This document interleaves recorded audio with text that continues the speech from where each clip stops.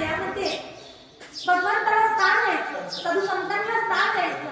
मग हे नव्हे तर पुढे जाऊन नाथबाबा आपल्याला सांगतात की बाबांनो, नामचिंतन हे फार महत्त्वाचं आहे. कारण का नामचिंतन हे संत जनाई साहेबांनी केलं.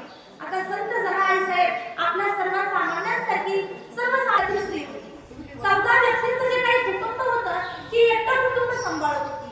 आणि जेव्हा संत जनाई साहेब गौऱ्या वेचण्याकरता जात असायच्या त्यावेळेस भगवान परमात्म्याने देखील गौऱ्या वेचण्यासाठी जावं इतका अधिकार त्या माऊलीचा होता. मग संत